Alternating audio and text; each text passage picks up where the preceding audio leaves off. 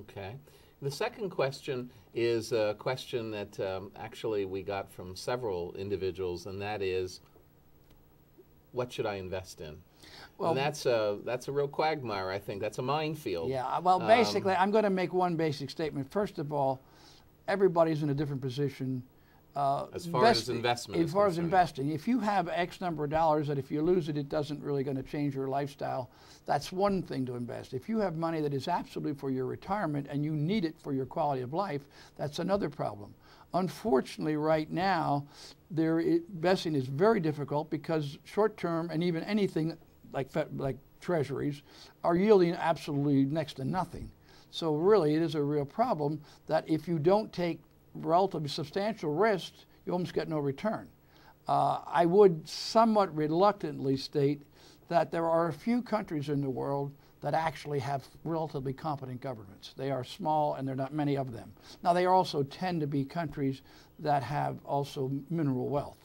And so if you wanted to get a reasonable return of let's say 4 or 5% and maybe 2 to 5 year paper treasuries of those countries, the countries of Australia, New Zealand, but Canada, unfortunately, their yield is just as bad as the United States, so you can't use Canada. So basically, it'd be Australia and New Zealand. Again, Singapore is a good country, but their yields are also very poor. So the only two that would give you reasonable yield at reasonable risk, and in the long term, their currencies will continue to be positive because they are reasonably well-run governments. Mm-hmm. Well, but it is difficult. And this takes us in, you're talking about countries with minerals, resources. There's some new information that you had wanted to talk about in regard to oil and oil within the continental United States. It is unbelievable. I have not gone into detail as much as I want to, but it appears that from what I've been able to get, that we have discovered in North Dakota and in adjoining areas, South Dakota, Montana, and even Canada, an unbelievably large oil field of sweet oil.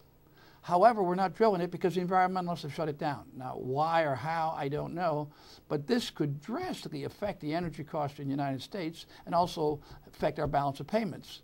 So how can we let a few radicals, because we do drill for oil in this country, so why they can't drill in North Dakota is beyond me.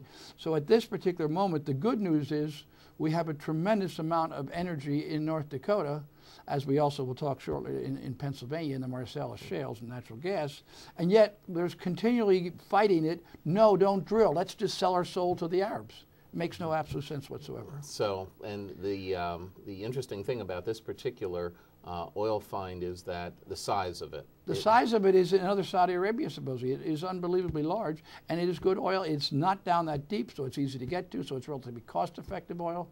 It makes no sense. Why? And this was discovered, the news of this discovery is 3 years old. Mm-hmm. So the environmentalists have shut it all down for 3 years at least. Mm-hmm. Well, that we'll be hearing more about that, I'm sure, in the not-too-distant future. Meanwhile, when we talk about oil and we talk about energy, there's some interesting developments since we were last together, and that is that, goodness, the head of the United Nations Climate Change Unit has resigned. He's resigned and retired. You find that it's interesting when you go back and look at his background. He started out as a parole officer and a social worker, and somehow he became elevated to the head of the United Nations in terms of keeping track of climate change. And he obviously had a very, very biased viewpoint that obviously there is global warming. Don't confuse him with the facts. I'm sure him and Gore were very good friends. He basically came from Austria, and it is amazing how long it took to come out. The other thing is that he has worked very closely with the University of East Anglia in England. And again, they're under a lot of pressure. Their head of their global warming department has now come out and said there is definitely no consensus on global warming. That global warming at this point, there are many scientists feel that it is not a proven fact. That we know the Earth is continually changing. It has changed since it was formed 6.5 billion years ago.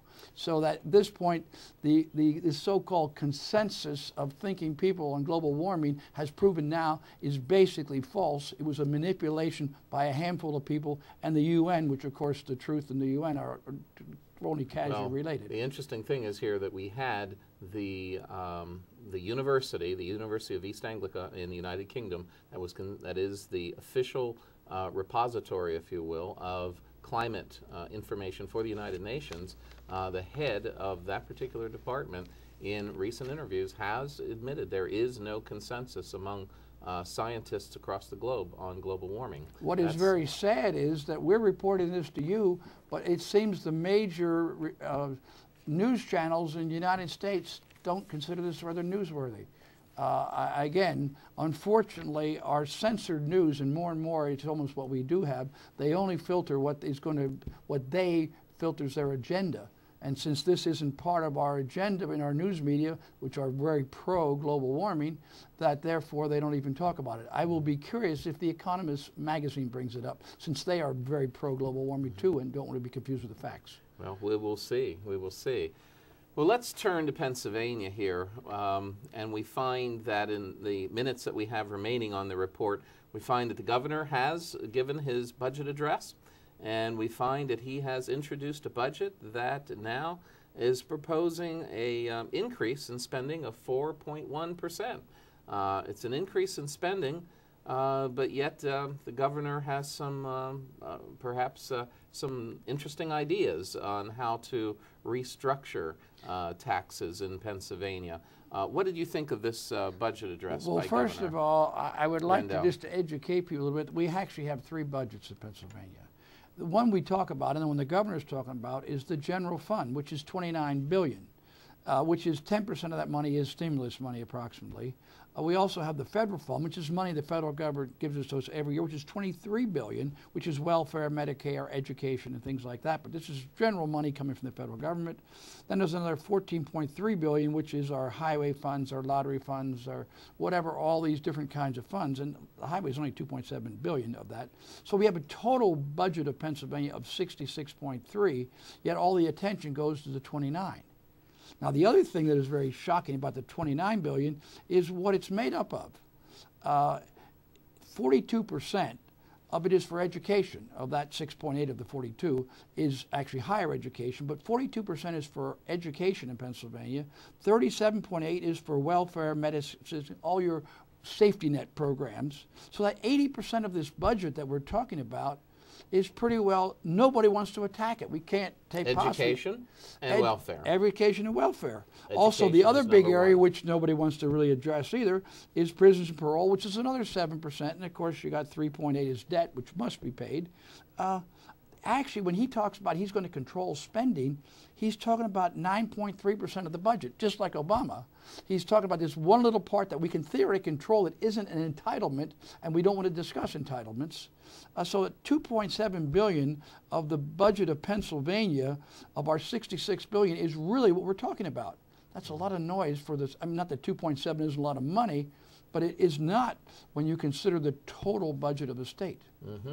Now, in the last minute, we have so much more to examine in the governor's budget, and we will continue to do this on upcoming programs.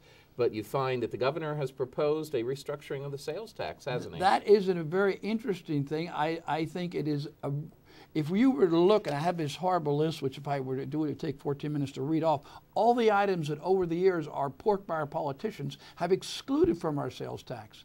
And therefore the sales tax, that's why the rate is what it is. It is a very important tax in Pennsylvania. If we were inclusive, the governor says we could reduce it to 4%. If we made it totally inclusive and just about included everything, we could probably lower it to 3% and still be getting the same or more revenue, and actually it would be easier to collect because you wouldn't have somebody fighting what's exempt and what isn't. And you could do away with the school property tax.